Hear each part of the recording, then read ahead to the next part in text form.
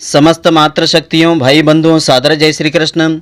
आज आपको हम बताने जा रहे हैं फाल्गुन मास की शुक्ल पक्ष की आमल की एकादशी का व्रत कब रहेगा, यानी 24 मार्च को रहेगा या 25 मार्च को रहेगा। तो इसकी व्रत कथा, पूजा विधि और इसका खास महत्व भी आज आपको हम बताएंगे। तो जो भी स्त्री पुरुष इस व्रत को श्रद्धा के साथ करेंगे उन्हें धर्म अर्थ काम मोक्ष फलों की प्राप्ति होगी, समस्त पापों का नाश होगा और पुण्यों का उदय होगा। जो भी मनोकामना होगी वह भगवान श्री हरि की कृपा से पूर्ण हो जाएगी। तो मित्रों, आप सभी का बहुत बहुत स्वागत है आपके अपने ही चैनल एस्ट्रो गुरुजी में। मित्रों, यदि आपने अभी तक हमारे चैनल को सब्सक्राइब यदि नहीं किया हो तो अभी सब्सक्राइब कर लें और बेल आइकन को अवश्य दबाएं, जिससे हमारे अगले आने वाले नए वीडियो की नोटिफिकेशन सबसे पहले आपके पास पहुंचे। आप नित्य नई नई ज्ञानवर्धक जानकारियां व नित्य का राशिफल हमारे चैनल से प्राप्त करते रहें। तो फाल्गुन मास शुक्ल पक्ष की उदयात तिथि की एकादशी, पंचांग के अनुसार फाल्गुन शुक्ल पक्ष की एकादशी को आमल की एकादशी का व्रत करने का विधान है। इस दिन भगवान विष्णु जी के साथ आंवले के वृक्ष की पूजा की जाती है। तो आंवले का एक नाम आमल की भी है और इस दिन आंवले के वृक्ष की पूजा के चलते ही इस एकादशी को आमल की एकादशी के नाम से जाना जाता है। भगवान विष्णु जी को आंवले का वृक्ष अत्यंत प्रिय है।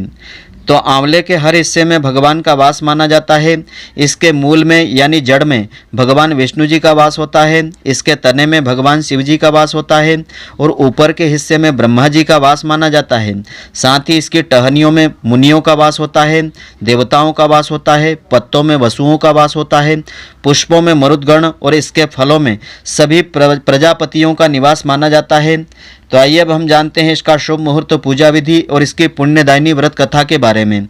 तो आमल की एकादशी का शुभ मुहूर्त इस प्रकार से रहेगा।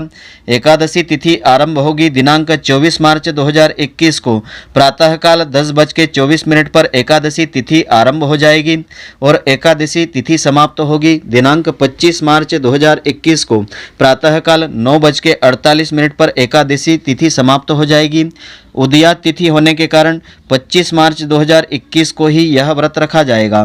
इस व्रत के पारण का समय रहेगा दिनांक 26 मार्च 2021 को प्रातःकाल 6:18 से आरंभ होकर के प्रातःकाल 8:21 के मध्य का जो समय रहेगा, इस समय अवधि में आपको इस व्रत का पारण कर लेना चाहिए।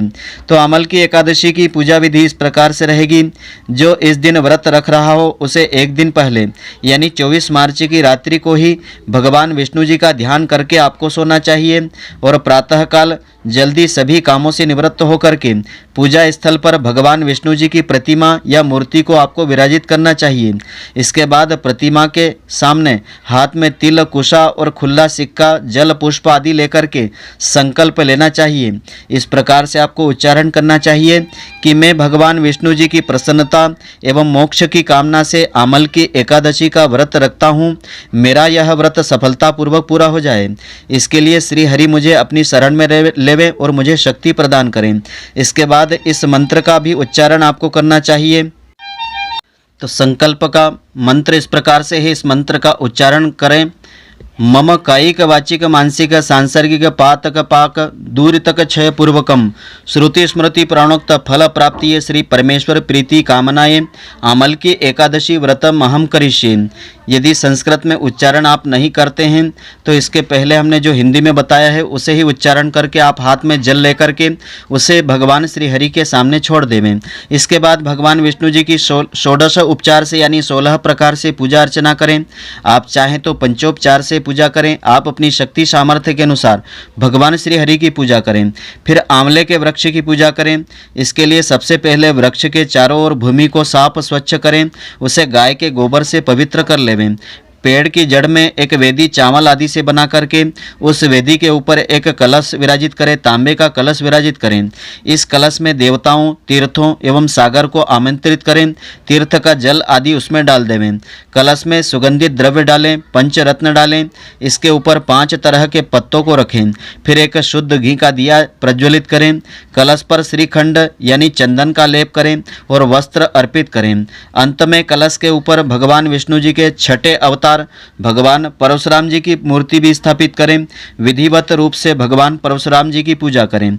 रात्रि में विष्णु सहस्त्र नाम का पाठ करें, भागवत कथा का श्रवण करें, भजन कीर्तन करते हुए प्रभु का ध्यान स्मरण आदि करें। अगले दिन प्रातःकाल ब्राह्मणों को भोजन करवा करके दक्षिणा देवें। साथ ही भगवान परशुराम जी की मूर्ति सहित वह जो कलश है किसी भी ब्राह्मण को भेंट कर देवें। इसके बाद स्वयं भोजन ग्रहण करें। इस प्रकार से इस व्रत का पारण आपको करना चाहिए। तो इसकी पुण्यदायिनी व्रत कथा इस प्रकार से है। इस व्रत कथा को इस दिन श्रद्धापूर्वक एकाग्र मन से श्रवण करने से धर्म, अर्थ, काम, मोक्ष फलों की प्राप्ति होती है और इस व्रत का संपूर्ण फल प्राप्त होता है। तो कथा इस प्रकार से है। भगवान श्री कृष्ण जी कहते हैं कि हे धर्मराज युधिष्ठिर, मैं तुम्हें फाल्गुन मास शुक्ल पक्ष की एकादशी व्रत की विधि और विशेष महात्म्य बतलाता हूँ, ध्यानपूर्वक सुनो। इस एकादशी का नाम आमल की एकादशी है।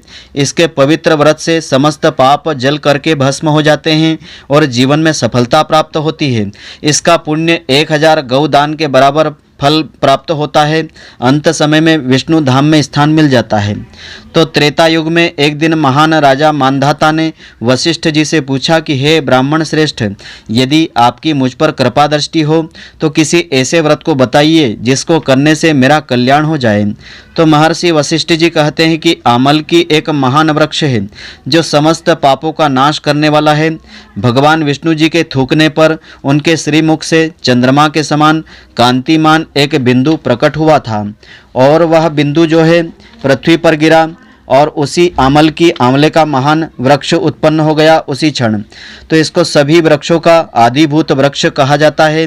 इसी समय भगवान विष्णु जी की नाभि से निकले कमल से ब्रह्मा जी प्रकट हुए थे। उन्हीं से इन प्रजाओं की सृष्टि हुई। देवताओं, दानव, गंधर्व, यक्ष, राक्षस, नाग तथा निर्मल अंतःकरण वाले महर्षियों को ब्रह्मा जी ने जन्म दिया।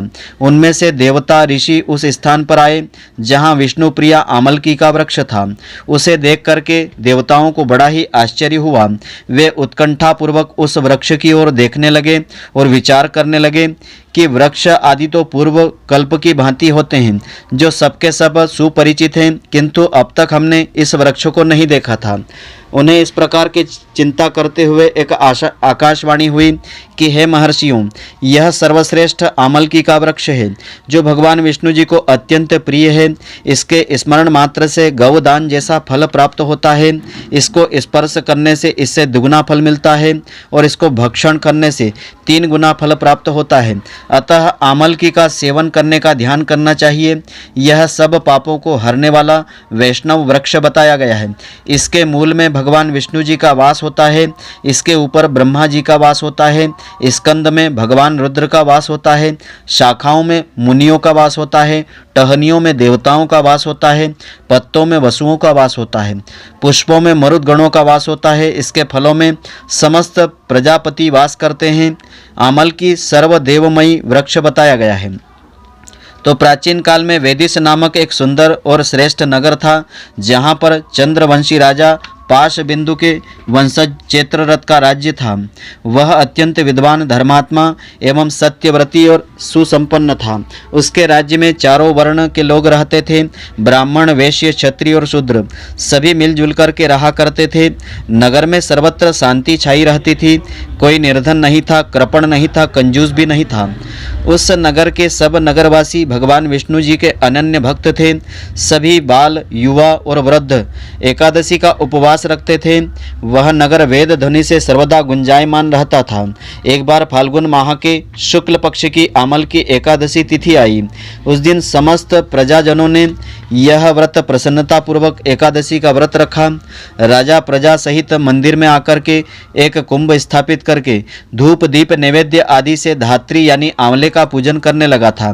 वे सब देवी की स्तुति करने लगे और बोले कि हे धात्री देवी, आप ब्रह्मा से उत्पन्न हुई हो, सभी पापों का नाश करने वाली हो, तुमको नमन करते हैं।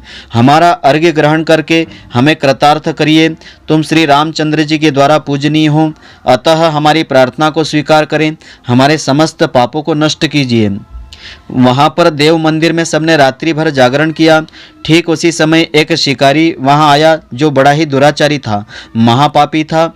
वह अपने परिवार का पालन पोषण करने के लिए जीव हिंसा किया करता था। उस समय वह अत्यंत बेचैन था, भूख प्यास से व्याकुल हो गया था। भोजन प्राप्त होने की आशा लिए वह मंदिर के एक कोने में जाकर के बैठ गया। अपनी भूख प्यास वह वहाँ भूल ही गया था और भगवान विष्णु जी की कथा और भजन कीर्तन सुनने में मग्न हो गया। सारी रात्रि में जागरण में उसने बिता दी। प्रातःकाल होते ही वह अपने घर को चला गया और जाकर के भोजन ग्रहण किया। कुछ समय के पश्चात उसकी जब मृत्यु हो जाती है, परंतु आमल की एकादशी में रात्रि भर जागरण और प्रभु भजन कीर्तन और श्रवण के पुण्य प्रभाव से उसका जन्म विदुरथ के यहाँ हुआ था। उसका नाम वसुरथ रखा गया। युवा होने पर वह अपने पिता के राज्य को संभालने लगा। वह चतुरंगिणी सेना का प्रधान बन गया था। तब धन धान्य से संपन्न होकर के वह 10,000 ग्रामों पर शासन करने लगा था। तो एक दिन नरेश जब शिकार खेलने के लिए वन में गया तो देवयोग से वह रास्ता भूल करके इधर उधर भटकने लगा। रात्रि होने पर और अंत में थक हार करके एक वृक्ष के नीचे जाकर के सो जाता है। उसी समय कुछ पहाड़ी डाकू वहां पर आ गए। डाकुओं के सरदार ने जब राजा को निद्रा में लीन देखा तो वे सभी मारो मारो चीखते हुए राजा पर टूट पड़े और अस्त्र शस्त्रों से राजा पर प्रहार करने लगे, परंतु उनके सारे प्रहार पुष्प में यानी फूल में परिवर्तित होकर के नष्ट होने लगे थे। डाकुओं के अस्त्र शस्त्र वापस उलट करके सभी डाकुओं पर को ही मारने लगे थे। वे सभी डाकू मूर्छित होकर के भूमि पर गिरने लगे। उसी अवस्था में राजा के सुप्त शरीर से एक अत्यंत तेजस्वी दिव्य देवी प्रकट हो गई, जो कि स्वयं महाकाली सी दिखाई दे रही थी। क्रोधित होकर के चक्र लेकर के उसने डाकुओं को मारने की तैयारी करी। उस देवी ने अपने अस्त्रों के प्रहार से समस्त डाकुओं को मौत की नींद सुला दिया। जब राजा की नींद खुली तो वह वहां पर उन डाकुओं को मरा हुआ देख करके चकित हो गया और विचार करने लगा, इन डाकुओं को यहाँ पर किसने मार दिया है और मेरी रक्षा किसने की है। जब वह राजा ऐसा विचार कर ही रहा था तभी आकाशवाणी हुई कि हे राजा, इस संसार में भगवान विष्णु जी के अलावा कौन रक्षक हो सकता है। स्वयं प्रभु ने तुम्हारी रक्षा की है। तो आकाशवाणी सुनकर के भगवान विष्णु जी को प्रणाम किया और प्रसन्न चित्त होकर के अपने महल में वापस आकर के सुखपूर्वक रहने लगा। राजा अपना राजकाज चलाने लगा। तो महर्षि वशिष्ठ जी ने आगे कहा कि हे नरेश, यह सब आमल की एकादशी के पुण्य प्रभाव से संभव हुआ था। तो यह जो व्रत कथा है ब्रह्मांड पुराण में वर्णित की गई है। इस दिन इस व्रत कथा को श्रद्धापूर्वक श्रवण करने से और इस व्रत को करने से धर्म अर्थ काम मोक्ष फलों की प्राप्ति होती है। समस्त पापों का नाश हो जाता है। इसमें फलाहार का विधान इस प्रकार से है। इस व्रत में आंवले का सागार प्रातःकाल लेना चाहिए और आंवले से बने हुए पदार्थ लेना चाहिए। इसमें दूध आलू फल आदि का सेवन आप कर सकते हैं। तो मित्रों, आशा करता हूं कि आपको हमारी यह ज्ञानवर्धक जानकारी पसंद आई होगी। यदि आपको पसंद आई हो तो आप हमारे वीडियो को अधिक से अधिक शेयर अवश्य करें, जिससे अधिक से अधिक भक्तजन इसका लाभ प्राप्त करते रहें और इसका पुण्यफल आपको भी उत्तरोत्तर मिलता रहे। और आप हमारे वीडियो को लाइक करना नहीं भूलें। धन्यवाद। जय श्री कृष्ण मित्रों, फिर मिलेंगे।